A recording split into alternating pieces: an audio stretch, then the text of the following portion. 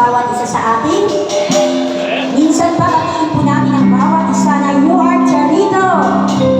Amen.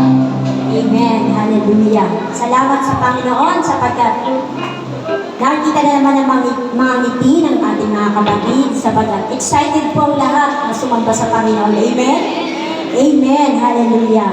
Sabi po ng kasulatan sa Roma 12, sabi, kaya nga mga kapatid, ipinamamanin ko sa inyo alang-alang sa mga kahabagan ng Diyos na inyong iharap ang inyong mga katawan ng isang haing buhay, banal at kaaya-aya na siya nating pagkatampatang pagsamba. Amen? Amen. Tunay nga hindi tayo karapat-dapat, pero dahil sa ating Panginoong Hesus, na siya ang gumawa ng lahat at umabot sa krus ng Kalbaryo. Sa bawat paglapit natin sa ating Diyos, tunay nga ang pangalan ng Panginoon ang nakikita niya sa bawat isa sa ating Amen. Mula sa kadiliman, dinala niya tayo sa kadinagilalas na kalibanagan. At ngayon, malaya tayo makakapagpuri sa Panginoon sapagkat ang kanyang biyaya ay napakasagana.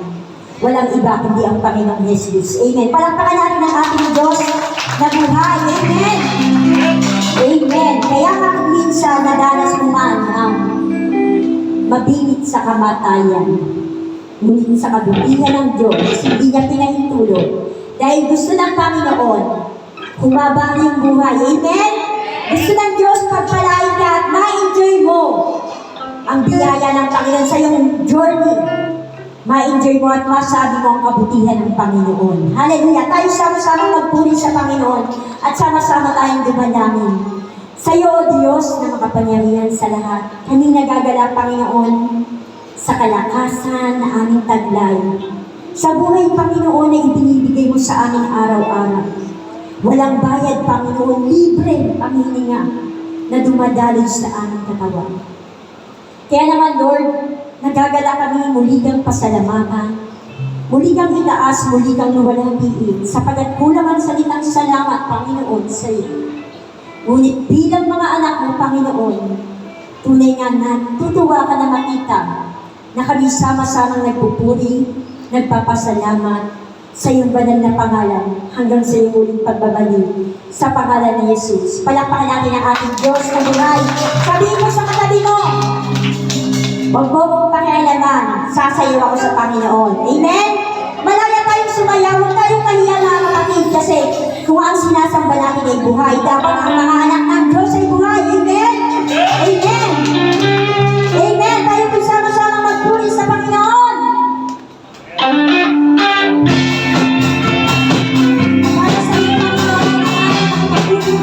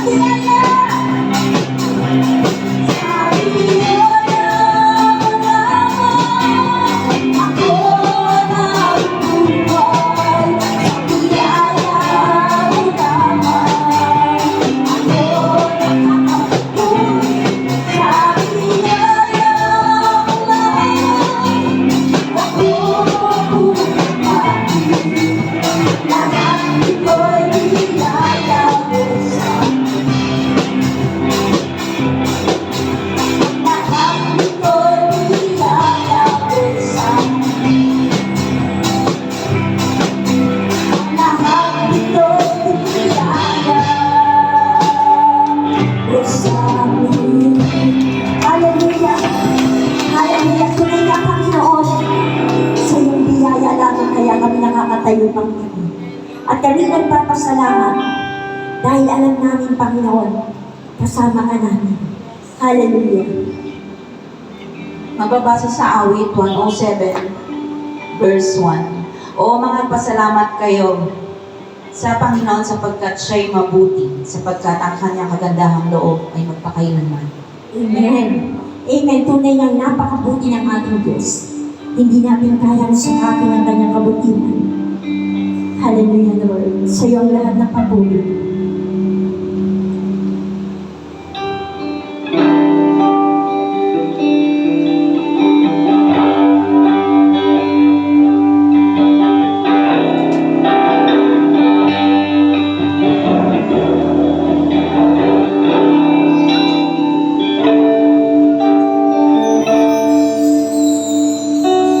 Mahal kita,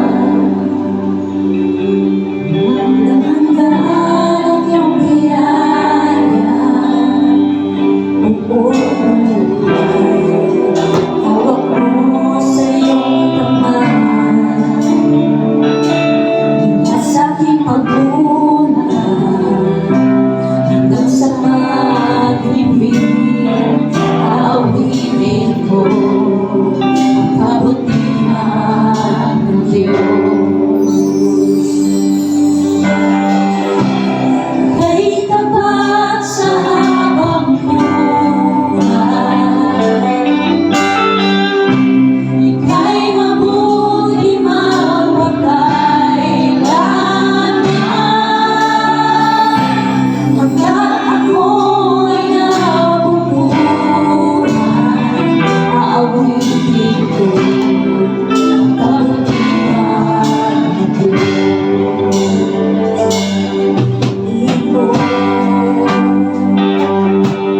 Siya'y sa kalungkutan, nariyan ka sa gitna ng kadiliman.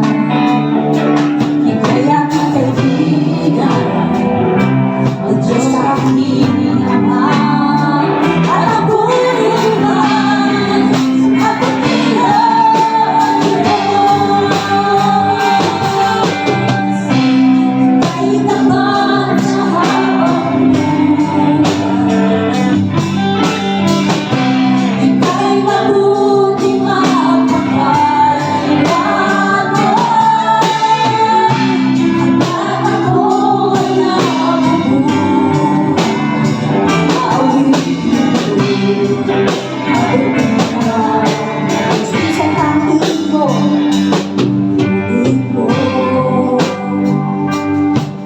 sinabay sa kasalukuyan, nariyan ka sa gitna ng kadiliman.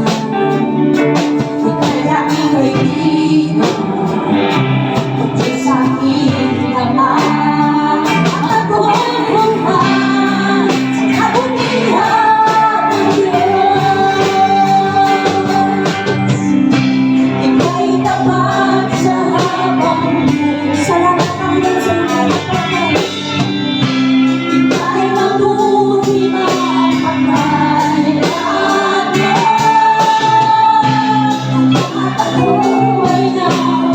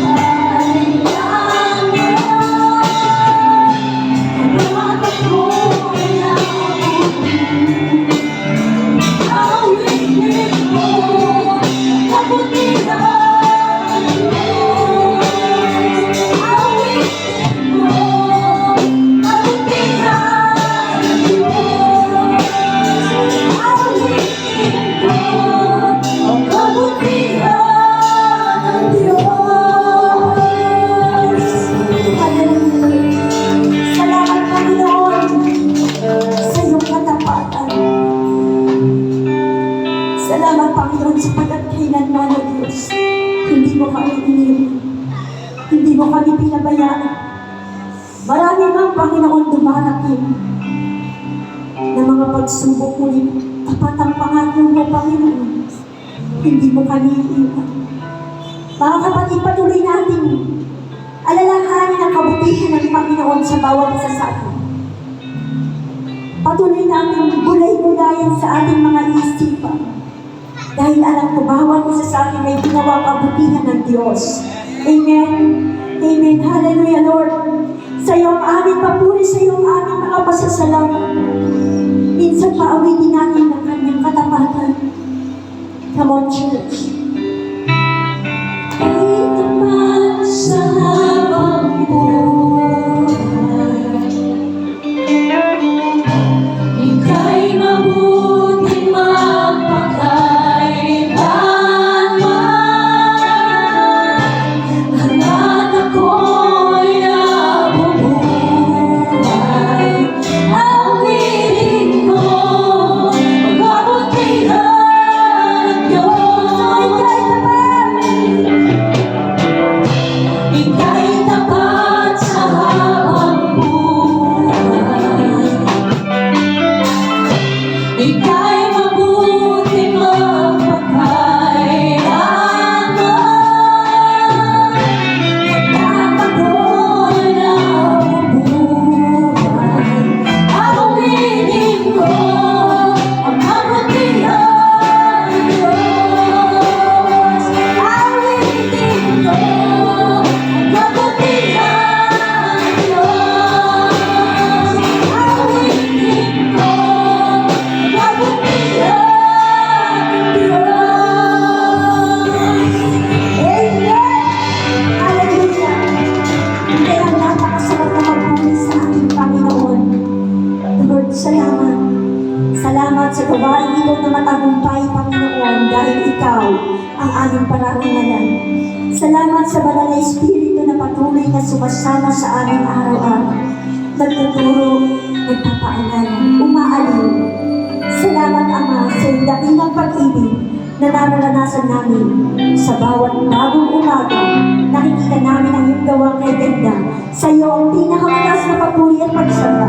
Sa pangalan ni Jesus, ang natin magsabi na, Amen!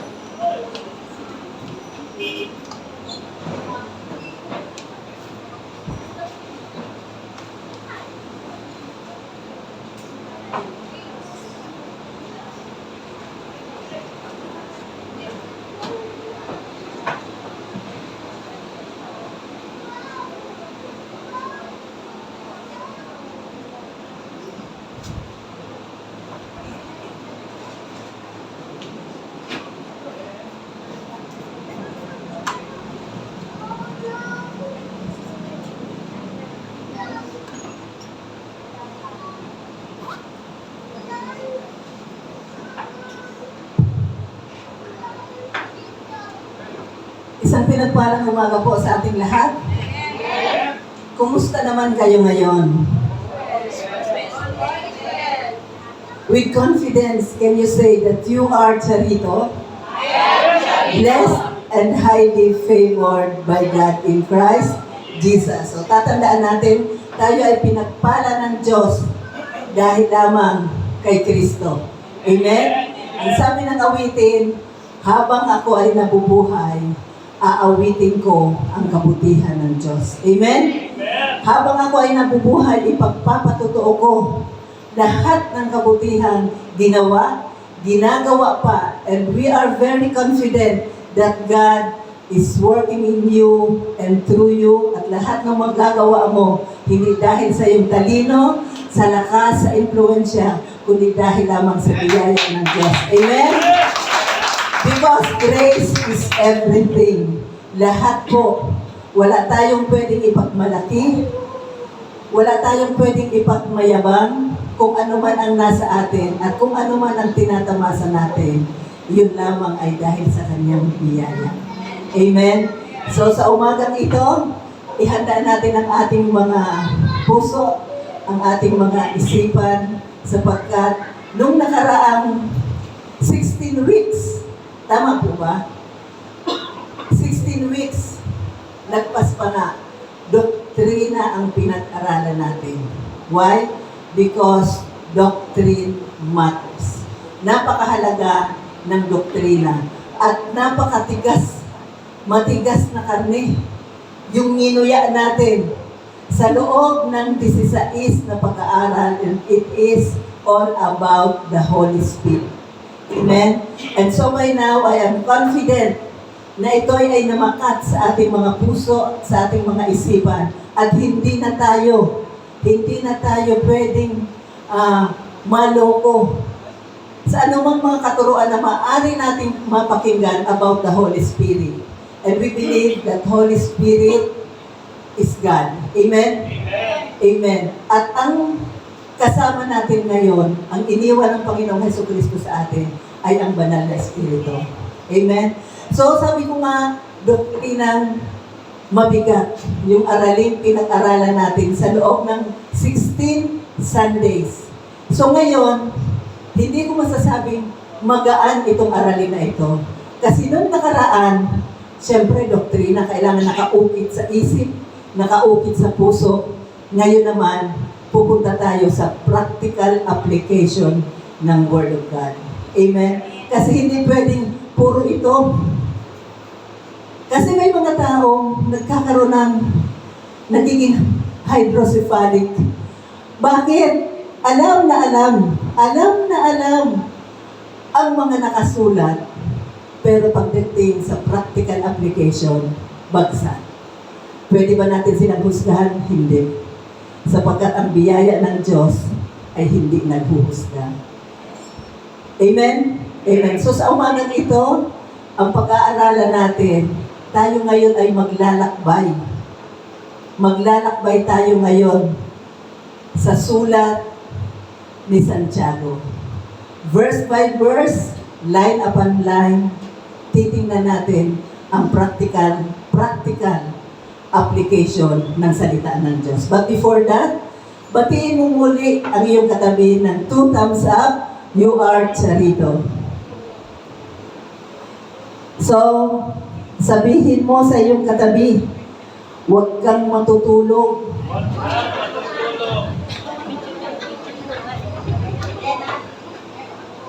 Makikinig tayo.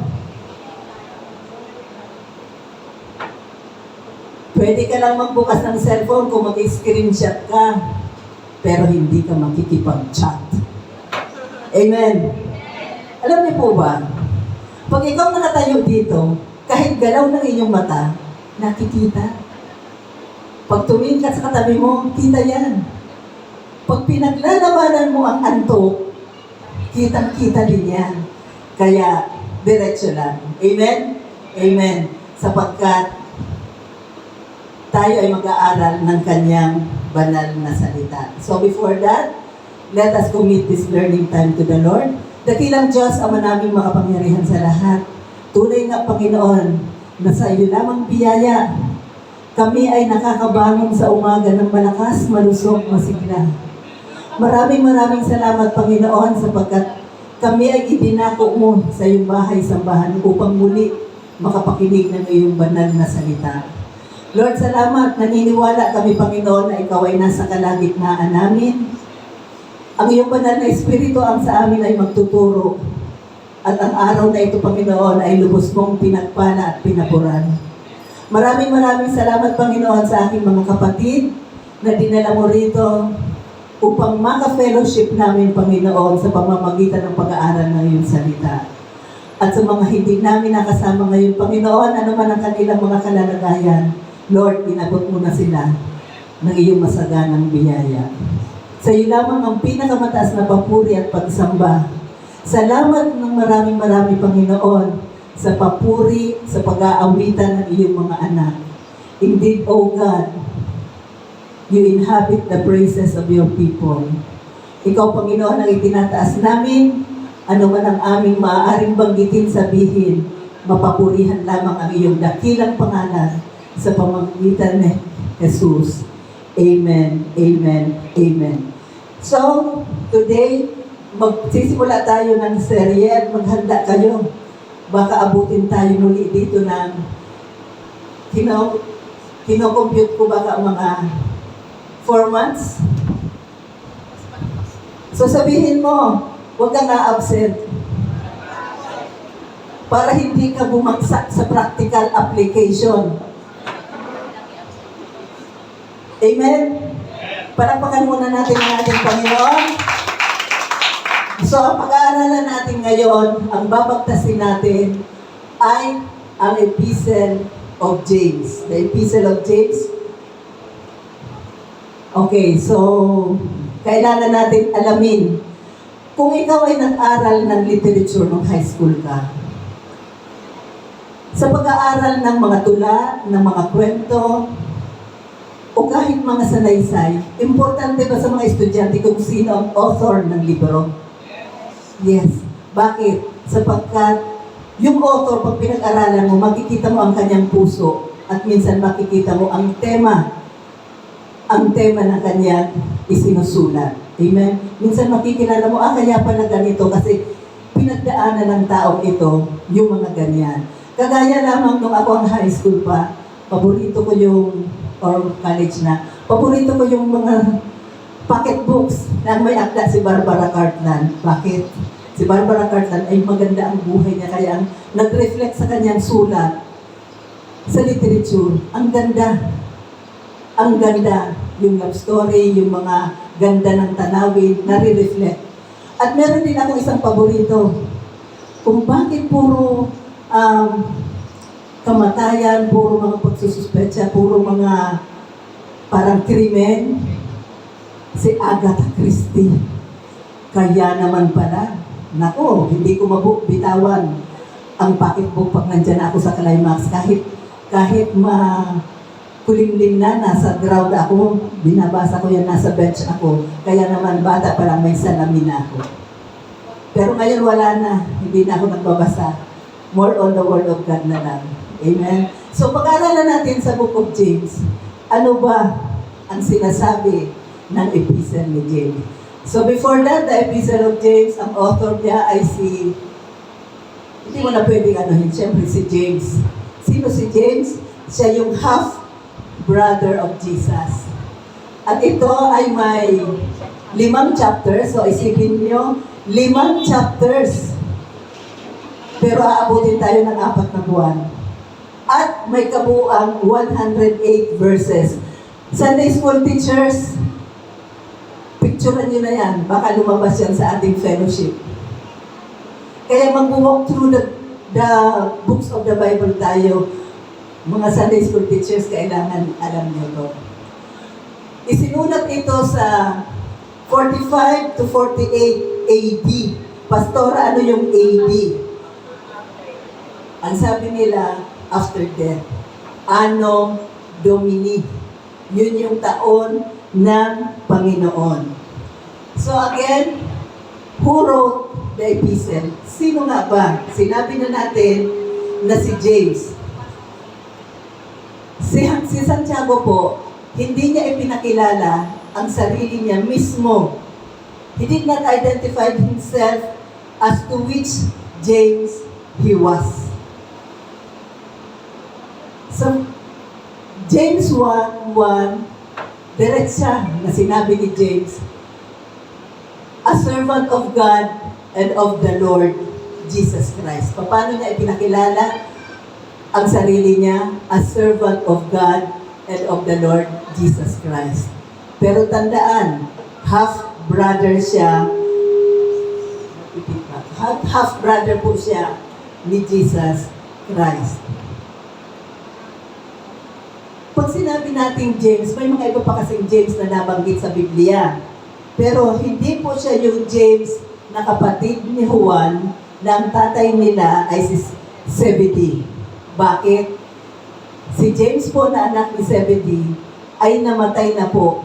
Pinatay na po siya sa Acts 12 verse 2. Bago pa po nagkaroon ng Jerusalem Council, na ito po ay pinangunahan ni James. So, in other words, hindi siya yung binanggit sa Biblia na James na anak ni Zebedee na kapatid ni Juan sapagkat namatay na yon bago pa man na-create ang Jerusalem Council kung saan si James ang nag-lead. Hindi rin po siya yung James na sinasabi na anak ni Alphaeus. Yun yung disipulo.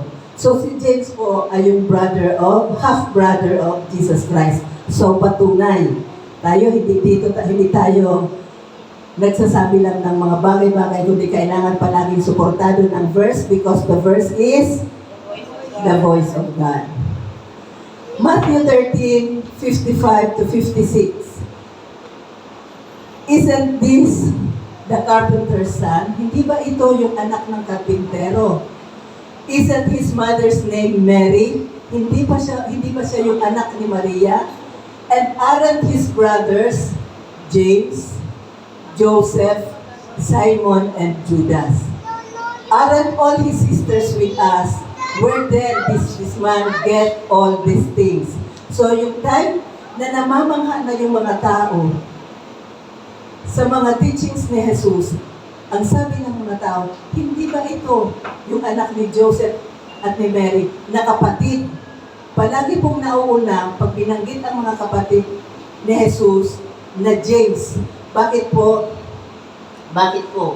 pinapaniwalaan na si James yung unang anak ni Maria at ni Jose after giving birth through the Holy Spirit, Jesus. So panganay ito ni Maria at ni Jose nung naipanganak na si Kristo. So, pinaniniwalaan ng mga scholar na ang James na nabanggit ay yung half-brother ni Jesus. And not a follower, si James po, hindi po siya follower ni Christ. Hindi siya follower ni Christ. In fact, hindi siya naniniwala. Hindi siya naniniwala. Nung time na si Jesus nagmi-ministry siya sa, hindi ko na sinilagay, sa Mark 3:21 to 35, ano yung unang mga ministeryo ni Jesus? At yun lang talagang ministeryo niya nung siya ay nagkatawang tao. The ministry of teaching, the ministry of preaching, and the ministry of healing. Nangyari na yan, pero hindi pa rin si Santiago naging follower ni Christ. Pero it seems likely as Jesus' brothers did not believe he was the Messiah. Minamak siya, tinutuyak, pinagtatawanan. At sabi sa James 7:1 to 4, marami ng mga ginawa si Jesus, pero hindi sila naniwala. Ang sabi sa John 7:5, for even his own brothers did not believe in him. Sarili niyang mga kapatid, hindi pinaniwalaan si Kristo. Amen? Hindi pinaniwalaan si Kristo. Kahit na marami ng mga ginawa si Kristong kababalaghan, kasama ng mga alagad. Pero, una, hindi siya follower. Kasama siya ng mga kapatid. Kung mababasa niyo sa John 7:1 to 4, kasama siya ng mga kapatid, silang magkakapatid mismo, hindi sila naniwala. In fact, tinutuya nila si Kristo. But eventually, James became an apostle in the vein of Paul, as one who had seen and believed Jesus Christ post-resurrection. Only until nang ma-witness ni Santiago yung muling pagkabuhay ni Jesus, doon siya naniwala. Then he, referring to Jesus, appeared to James. Nagpakita kay Santiago, then to all the apostles. Kikita na natin, akala natin simple-simple lang. Pero nung si Jesus ay nabuhay, nagpakita siya kay Santiago and to the apostles. At sa Galatians 1:9, ang sabi ni Pablo, I saw none of the other apostles, only James, the Lord's brother. Mismo si Pablo, kinument siya. Bakit?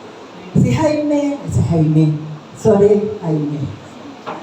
Kadalasan kasi ganun, pag James tinatawag Jaime, pero dapat Santiago.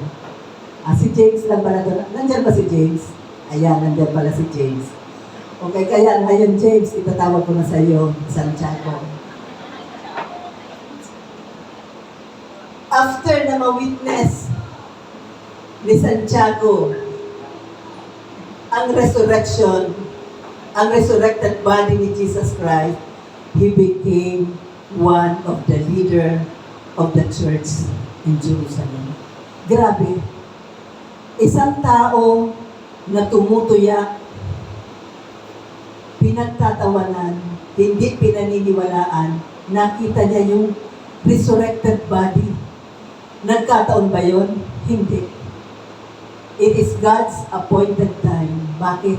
Kilala niya ang bawat isa. Alam niya na ang kapatid niyang ito hindi naniniwala. Kaya tingnan niyo, only James, the Lord's brother. Bakit? Mahalaga pa rin ang pamilya. Amen? Amen? Mahalaga. Ang sabi ni Jesus, maniwala ka, maliligtas. Maliligtas ka, hindi lamang ikaw at ang iyong buong sambahayan. Amen?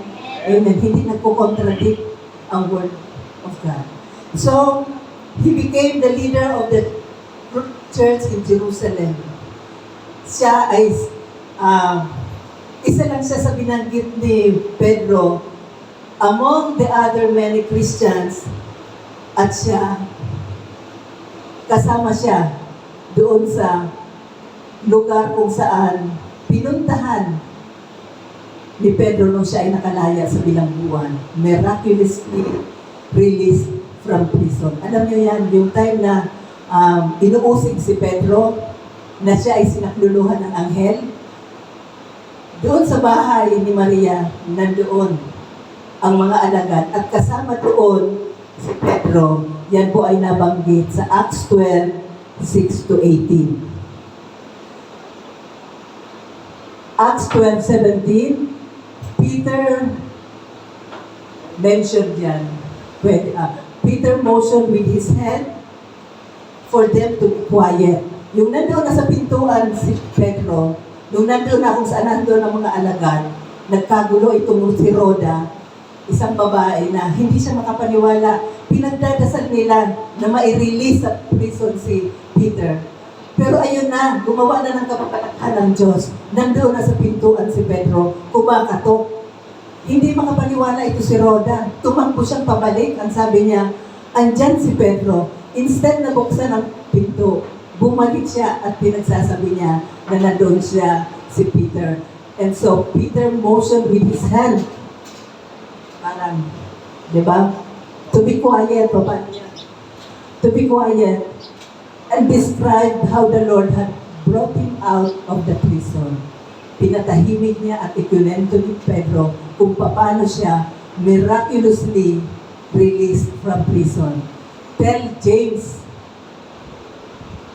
sabi niya, tell James and the other brothers and sisters about this.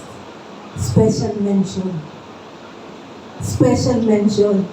Sabihin mo kay Santiago, probably wala doon si Santiago, nandoon lang yung pamilya ni Jesus, nandoon si Mary, at ang sabi ni Peter, sabihin mo kay Santiago at sa iba pang mga kapatid, and then he left to the other place. Paul called James one of the pillars of the church. Pag sinabing pillars, haligi, kinument siya ni Pablo that James is one among the pillars of the church. Galatians 2:9. James, Cephas. Pag sinabing Cephas, sino ito? Peter. other name for Peter, Cephas. James, Cephas, and John, those esteemed as pillars, kinikilala, gave me and Barnabas the right hand of fellowship when they recognized the grace given to me. They agreed that we should go to the Gentiles and they to the circumcised. So, pinapunta sa mga hindi at doon sa mga Hudyo. So, pag-aaralan natin ngayon, what does the Bible says about James? Ano ba ang sinasabi ng banal na kasulatan tungkol kay Santiago? Number 1, he was a young skeptic. Pag sinabi pong skeptic, hindi madaling maniwala. Nandun yung pagdududa, nandun yung pag-aalinlangan. Hindi mo siya basta-basta mapapaniwala. Diba? Tinuligsa pa nga, tinuya pa nga. Bakit? Nandoon yung kanyang pagdududa na si Jesus ang Messiah. Ito si James. Ito si James. Hindi siya basta-basta naniniwala. So sabi ko nga kanina, siya ay tinuligsa ng mga kapatid ni Jesus. John 7:1 and 2. After this, Jesus went around the Galilee. He did not want to go about in Judea because the Jewish leaders there were looking for a way to kill him. But when the Jewish festival of Tabernacle was near, verse 3, Jesus' brothers said to him, to mismo, mga kapatid, leave Galilee and go to Judea, so that your disciples there may see the works you do. Pinapaalis siya. Imbis na pumunta siya sa Galilee, pinapupunta siya sa Judea. Para ano? So that your disciples there may see the works you do. No one who wants to become a public figure acts in secret. So, magiging ka bang public figure kung gagawa ka sa hidden, hindi makikita. Since you are doing these things, show yourself to the world. Ang sabi niya, magpakita ka sa mundo. Bakit? Ang rason nasa verse 5. Na-mention ko na to kanina. Because even his own brothers did not believe in him. Yun yung panunuyat ng mga kapatid mismo ni Jesus. This is toward the end of Jesus' ministry. Ito na yun. Malapit na matapos ang ministeryo ni Jesus. Isipin mo, malapit na matapos ang ministeryo ni Jesus. Pero ito si James, nagawaan pa rin ang paraan para makilala niya ang Messiah. About 6 months later, before his crucifixion, matapos po ito ng mga milagrong ginawa ni Jesus, pinagaling niya ang isang disabled for 38 years. Nagpagaling siya ng isang lalaki. Sa loob ng 38 years, ito po ay nabanggit sa John 5:2-9. Ito yung lalaking palaging nandoon sa gilid ng pool. Pinagaling. Pero alam ito ni Santiago, pero hindi pa rin siya naniwala. Nagpakain na ng 5,000 si Jesus, hindi pa rin naniwala. Lumakad na sa tubig si Jesus, hindi pa rin naniwala. Hindi nga agad-agad naniniwala eh. Nandoon yung pagdududa. Skeptic. So, even after of more than 2,000 years of miracles, James is skeptic. Ang haba, ang tagal.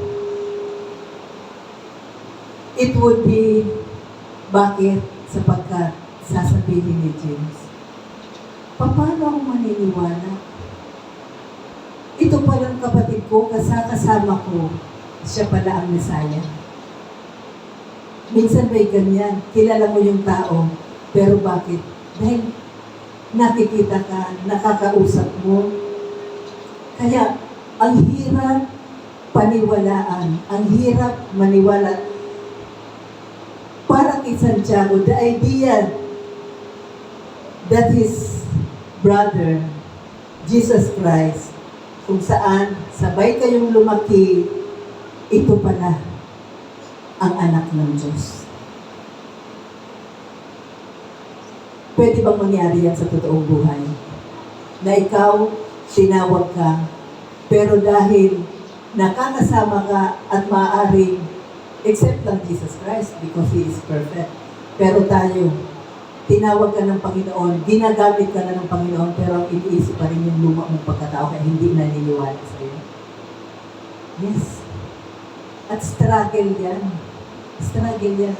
Kasi ang nakikita, hindi ikaw. 1 Corinthians, okay. Number 2, what does the Bible says about James? Number 1, pakibasa. Number 2, he was a humble witness. Then Jesus, appeared to James, then to all the apostles. So specific na pinangalanan dito si Santiago as to whom Jesus appeared after the resurrection. Nung nakita na ni Santiago ang patay na katawan ni Kristo at ngayon nakita niya, naglalakad, nagsasalita, naniwala na siya that Jesus is the Christ. Ganyan ang mundo, di ba? To see is to believe. Kailangan ko munang makita para mapatunayan ko. Pero nung nakita niya na si Jesus namatay, muling nabuhay, nagsasalita, naglalakad, James believed that Jesus is the Christ, the Son of God, na ipinadala ng Diyos para iligtas ang mga tao sa kasalanan. At nang sinulat niya ang epistle, inintroduce niya ang sarili niya not as a brother of Jesus. Hindi niya sinabi, James, the brother of Jesus. Hindi yun ang sinabi niya. Ang sinabi niya, James, the servant of God and of the Lord Jesus Christ. Amen? Acts 1:14, they all joined together constantly in prayer. Kasama na dito si James, naniwala na siya eh. So kasama na siya. Along with the women and Mary, the mother of Jesus. And with his, so therefore, hindi lamang si James ang naniwala, kundi ang buong sambahayanan. Amen? Palakpakan natin ang Diyos. Immediately after Jesus ascends to heaven, in Acts 1:14, yan, nung siya umakyat na sa langit, nakita na si James kasama ng mga apostol, ang kanyang mga kapatid at ang kanyang nanay. At si James mismo ay kasama doon sa 120 filled with the Holy Spirit at the Pentecost during the birth of the church. Kasama na. Bakit? Dahil po nakita niya, na-witness niya ang resurrection ng Panginoon. So kasama na ngayon si James. From the moment he encountered Jesus, the risen Lord, anong nangyari kay James? James wholeheartedly, buong puso, he is devoted now to serving the Lord in the church. Amen. After, kaya napaka-powerful po ng resurrection. Iyan ang dahilan kung bakit hindi tayo pwedeng lumayo patunay na ang Diyos na sinasamba natin ay buhay at buhay magpakailan, kailan pa man. Amen? So, kasama na ngayon si Santiago after na-witness niya ang resurrected body of Christ. Why? Because the life of James shows us the power of resurrection, and that is a changed life. Ano ang dala ng resurrection power? Changed life. Pagbabago. Si James, na hindi naniniwala, tinutuligsa ang Panginoong Jesus. Nabago. Nabago ang buhay. Amen. Nabago ang buhay. The sneering, panunuyat, skeptic, doesn't believe, becomes a devoted follower after witnessing the crucified Jesus comes to life. Amen. Yung dating tumutuya, yung dating hindi naniniwala na witness ang resurrection at ngayon ay tagasunod na ni Kristo. Amen? Amen. Amen. Amen. Number 3, he was a wise leader. Wise leader.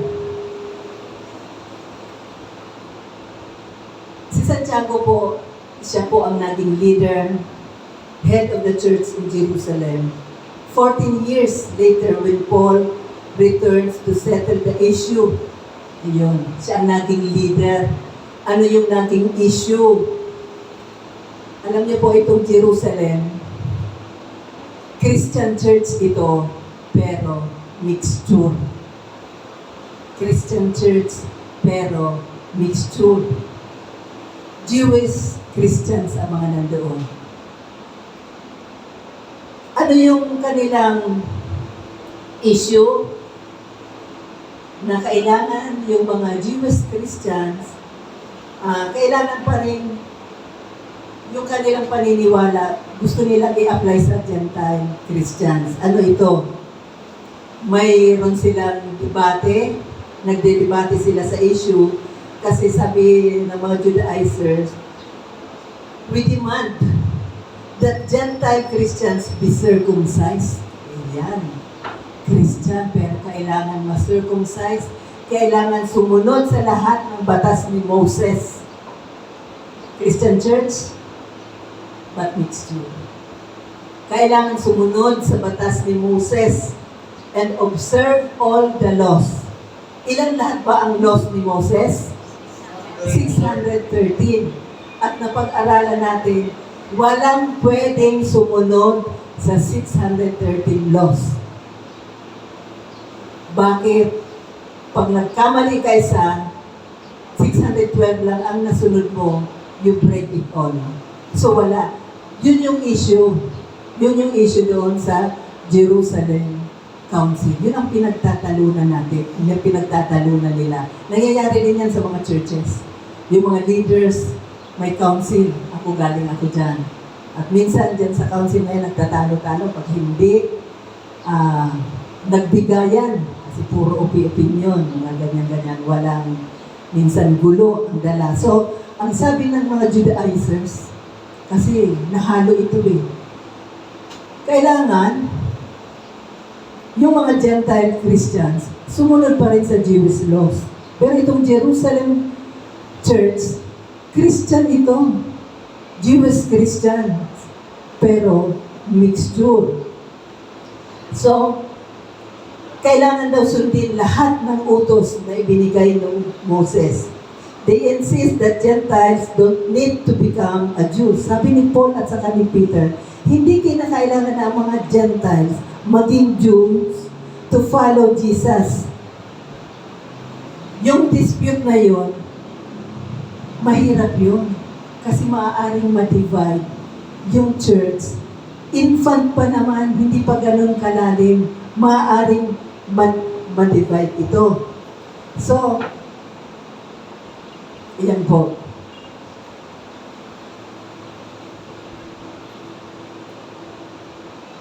Ayan pala yung verse kay Paul. Then after 3 years, I went up to Jerusalem to get acquainted with Cephas and stayed with him 15 days. I saw none of the other apostles, only James, Jesus' brother. So, ayan. Acts 15. Basahin niyo po ang buong Acts 15. Nandyan po yung the Jerusalem Council. Yun po yung naging dispute nila. Ang sabi ni Paul and Peter, hindi na kailangan i-apply sa Gentiles yung Jewish law. So, yun ang mainit nila pinagdidebatehan. So, sabi nga natin, ano po yung pang third, ano sinasabi ng Biblia? Si James, he was a wise leader. Matalino. Anong sinabi niya sa Acts 15:5? Ito yung pinagdidebatehan. Some of the believers who belonged to the part of the Pharisees stood up and said, yung mga Pariseo, the Gentiles must be circumcised and required to keep the law of Moses. So yan, pinagdidebatehan nila ito. Ano ngayon ang ginawa ni Santiago? Sabi natin, siya ay wise leader. Yung mga Pharisees, yung mga Judaizers, both pinakinggan ni Santiago. James listened to both sides. He allows them, hinayaan niya to fully express all their opinions, all their concerns, and argument. Wise leader. Habang may nagdedebate, pakinggan mo both sides. Lesson learned. Huwag kang basta maniniwala sa isa lang. Pagkunantuhan ka, huwag kang maniniwala sa sinabi ng isa at huwag mo rin ikakalat. Pakinggan mo both sides. Kaya nga, wise leader siya, matalino. Yung mga nagdedebate, pinakinggan niya both sides. Only after they stop speaking, nung matapos na silang ihayag ang kanilang mga concerns, ang kanilang mga opinions, ang kanilang mga argumento, saka na nagsalita si Santiago. He answered and demonstrate his knowledge of the scripture. Anong binato niya? Banal na kasulatan. Amen. Kaya kailangan palagi, hindi mo man memoryado, pero may ibabato ka, may pinaninindigan kang salita ng Diyos. His discernment and strong, impartial leadership.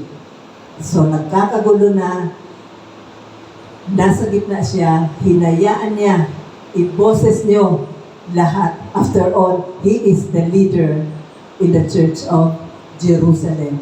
At siya ang namumuno sa Jerusalem Council. So, ang sabi niya, ito ang sinabi niya. Sa Acts 15 verse 19, it is my judgment. May conviction. It is my judgment, therefore, that we should not make it difficult for the Gentiles who are turning to God. Huwag na natin pahirapan ang mga hintil sa kanilang pagnanais na from their desire to turn to God. Huwag mo nang patawan ng kung ano-anong mga laws. Yun ang kanya sinabi, this is my judgment, therefore. Ano ang naging resulta nito? There is no more debate. Nawala yung debate. Ano ang nakita? His authority and wisdom are respected. And his judgment is fair and beneficial to both the parties. The speech of James in Acts 15, 13, 21 Sabi ko sa inyo, basahin niyo yung buong Acts 15. Napakasimple, klaro, at nasa punto. Nasa punto. He even endorses Peter's testimony that God is redeeming Gentiles as well as the Jews. Ang sabi niya, both Gentiles and the Jews, God is redeeming them. Patas. Patas ang Diyos. So, it is not in conflict with the Scripture. It is not conflict with the Scripture. In fact, nirecite niya pa yung Amos 9:11 to 12. Ibig sabihin, both Gentiles and the Jews, God is redeeming. It is not conflict with the Scripture, but rather the fulfillment of it. Amen? Amos, nasa shadow na sa Old Testament. And nasa reality na tayo. Na kay Kristo na tayo. Kaya kay Kristo, siya na ang nag-fulfill. Hindi natin kaya i-fulfill ang law, but Christ Himself fulfilled the law. Amen? Amen. So, when recounting the story of the Jerusalem Council, Paul describes James as pillar of the church, a man of high reputation. Kinument siya ni Paul. Galatians 2:9, James, Cephas, and John, those esteemed as pillars. Itinaas siya ni Paul as pillar of the church in Jerusalem, a man of high reputation. Gave me and Barnabas the right hand of fellowship when they recognized the grace given to me. Anong ibinigay kay Paul? Biyaya. They agreed that we should go to the Gentiles and they to the circumcised. Hinayaan na ma-preach. Kasi ito talaga yung pag-uusap sa Jerusalem Council na ang gospel na ipalaganap sa lahat. So, in-esteem ngayon ni Paul si James as a man, a pillar of the church, and a man of high reputation. Number 4, he was a radical advocate. Radical advocate, someone who argues to the cause of another. Sino yung pinag-aralan natin? Advocate. Jesus and the Holy Spirit. Siya ang tumatayo sa harap ng Ama. Inaano tayo? Ipinapanalangin at tayo ay binibigyan ng Lord, hindi mo na Ama, hindi mo na sila dapat husgahan sapagkat tinapos ko na sa krus. Ginawa ko na. He is our advocate. Ganon din. Si James, he was a radical advocate, someone who argues for the cause of another, especially in a court of law. So, ganon din, Christ and the Holy Christ is our advocate sa korte ng Diyos. Amen?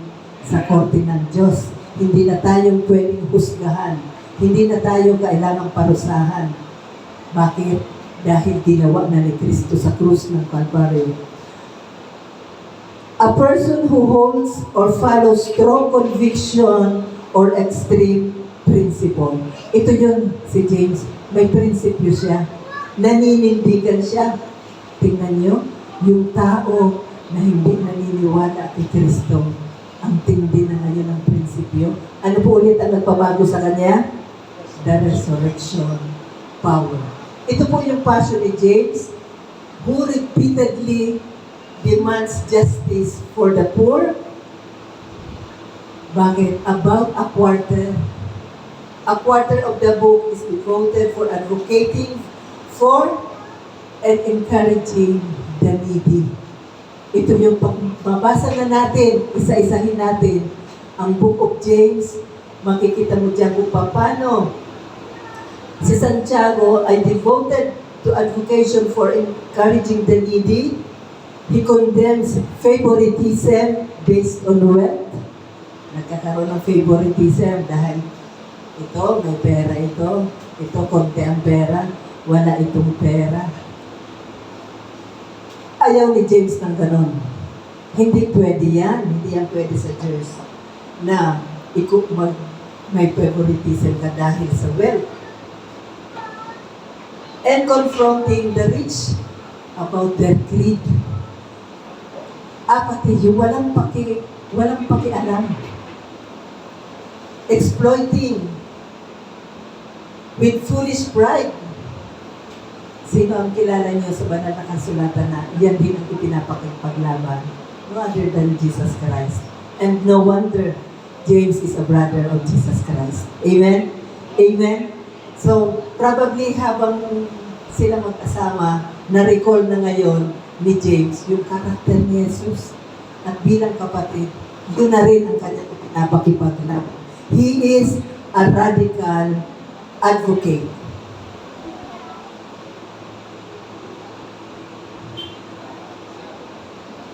Listen, my dear brothers and sisters.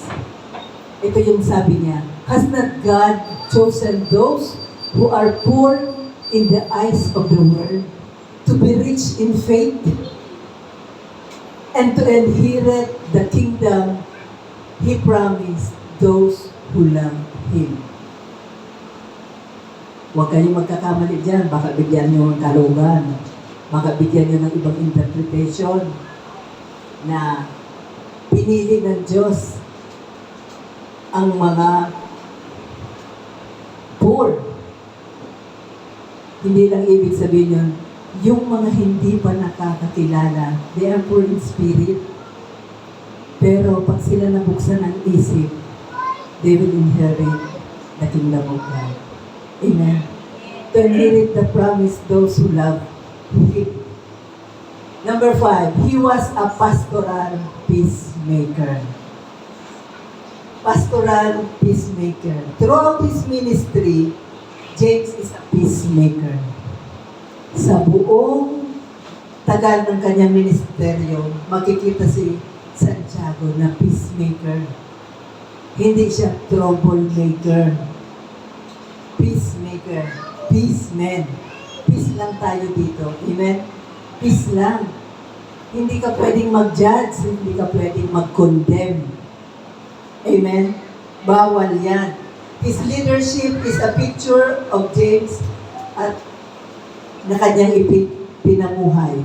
James 3:17, but the wisdom that comes from heaven. So ito pala yun. Wisdom comes from heaven. Is first of all, pakibasa, number 1, is first of all pure, then peace-loving. Ito pala yung wisdom that comes from heaven. Is first of all pure, then peace-loving, considerate, submissive, full of mercy, and good fruit, impartial, and sincere. Yung mga bagay na yun, nagagawa mo lang dahil sa biyaya. Amen. Apart from the grace of God, hindi mo yan kayang gawin. At si Santiago, natanggap niya ang biyaya. Kaya naman, throughout his ministry, he is a peacemaker. At iyan ang sinambuhay niya. At iyan ang wisdom that comes from heaven. Puro peace-loving. Kaya pag hindi peace-loving, nako, kunting kibot, ayan na, trouble na. May consideration. Submissive, nagpapasakop, full of mercy and good fruit, and impartial and sincere. Yan yung natanggap natin na pananampalataya. Ang pananampalataya, ang tunay na pananampalataya ay may bunga. Pag walang pananampalataya, pero nakikita mo ang bunga, plastic yan.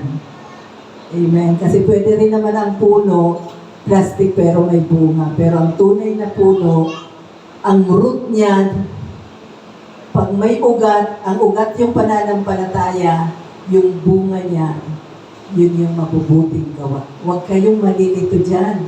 Kasi maaaring gumagawa yan, nagbabait-baitan yan. Pero wala yung faith. Pwede naman mapeke eh. Pwedeng mapeke, di ba? At maraming napipeke. Pero binibigyan tayong discernment ni Lord para ma-distinguish yan.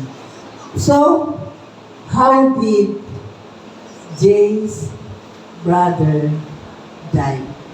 Paano po ba namatay si Santiago?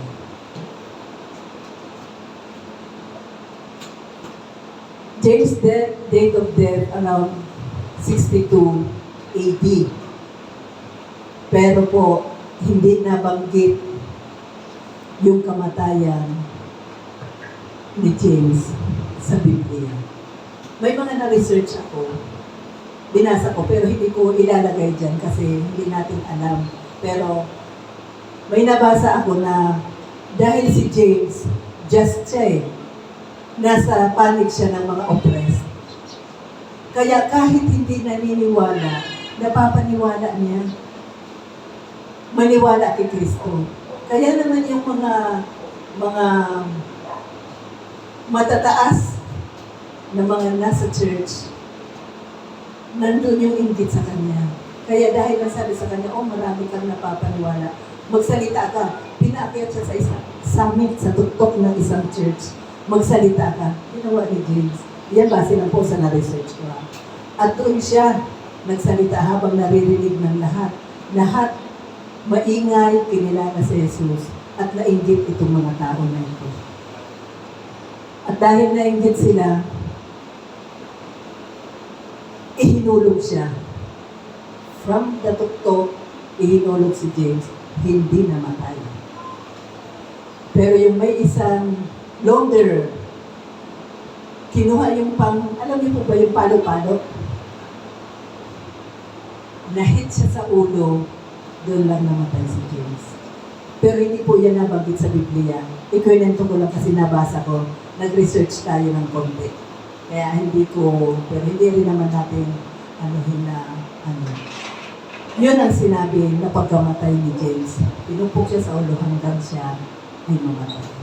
At siya, sa panahon na yun, binigyan siya ng pangalan na James the Just, patas, oblia sa Greek word, bulwark of the people. Kumbaga siya ang sinasandalan. At tinawag din siyang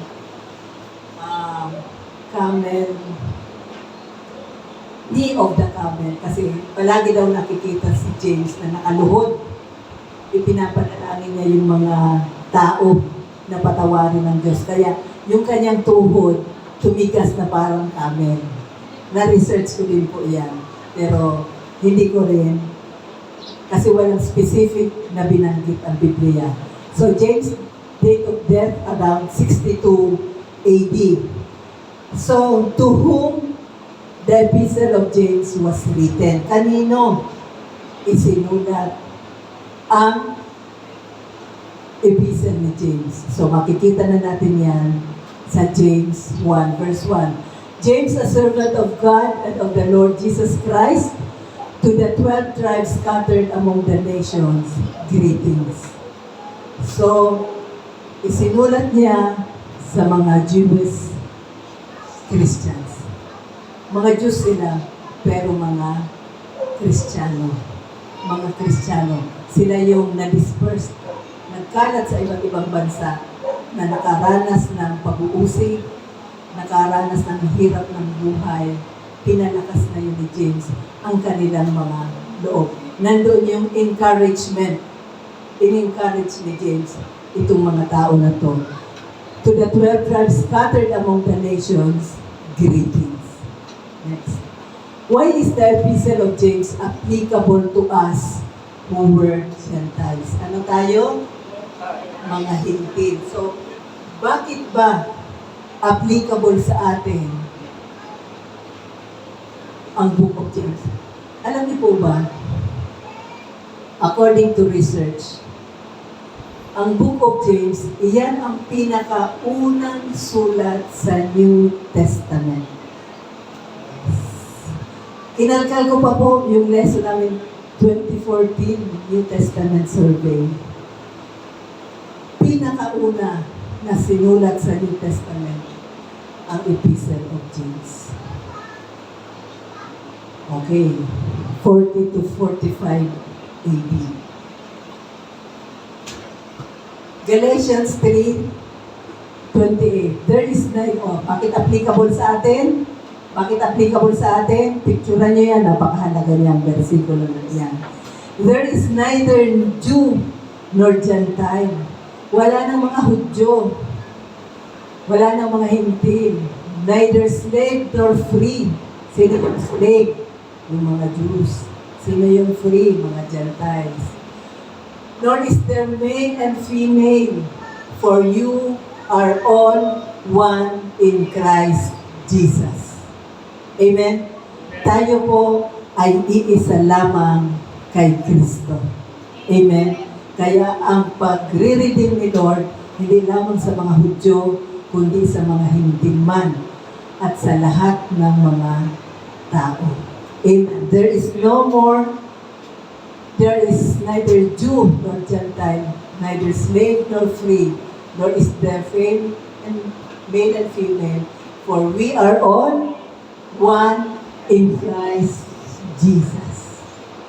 Lapit na po ako matapos. Another question. Why is the Epistle of James important? Bakit mahalaga ang Epistle of James? Ayan. Ano ang purpose nito? Sinabi ko kanina doon sa verse 1, to exhort. Ibig sabihin to encourage the dispersed Jewish Christians to endure in living a life of practical works. Works of what? Works of faith. So ang tema po nito, practical Christianity. Practical. Practical Christianity. Significance of the Epistle of James, it is the Proverbs of the New Testament. Sa Old Testament may Proverbs, sa New Testament may Epistle of James. Number 2, it focuses on practical action for Christian living. Practical action. Ano ang gagawin mo sa mga sitwasyong ganito? Ano ang sinasabi ng Biblia? Paano mo ito gagawin? So, dyan nakafocus. Dyan nakafocus ang Book of James. Number 3, it encourages us to pursue a life of holiness only through God's grace. Amen? Kasi kung sasabihin natin, pursue a life of, parang galing sa gawa natin. Gawa natin. Pero bakit nagagawa natin? Naging tayong holy all because of the grace of God. Huwag tayo magkakamali dyan. All because of the grace of God. Ano pang meron dyan? So, ang tanong po, bakit pa mahalaga ang Book of James? Nabanggit na dyan. Pero, paano ko ito mai-apply ngayon? Kailangan nandoon palagi yung application. After natin mapag-aralan ang Book of James, tatanungin natin, how can I apply? Paano ko ito mai-apply? So, more than any other books in the New Testament, James places the spotlight.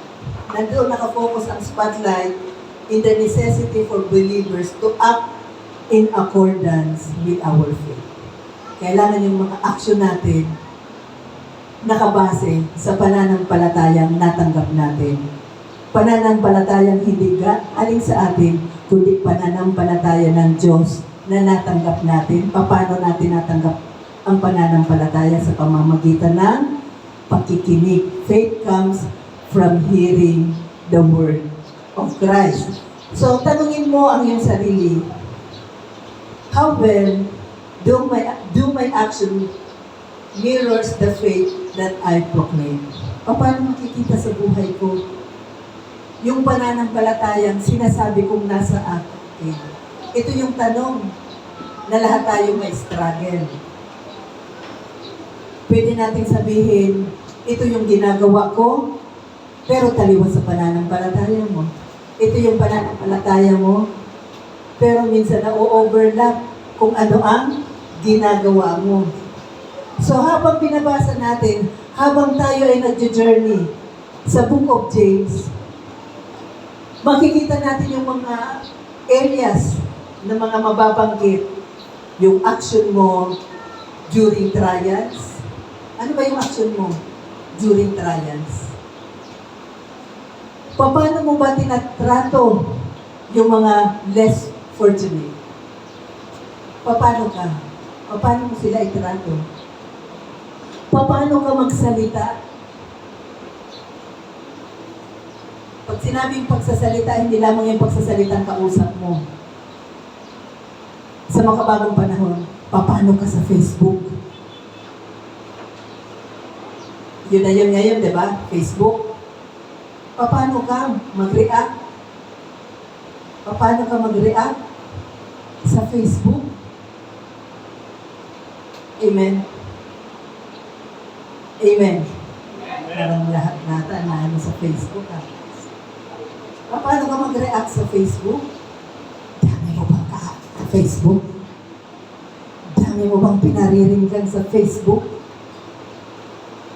Yan. Mapag-aaralan natin yan. Kaya huwag ka mag-absent.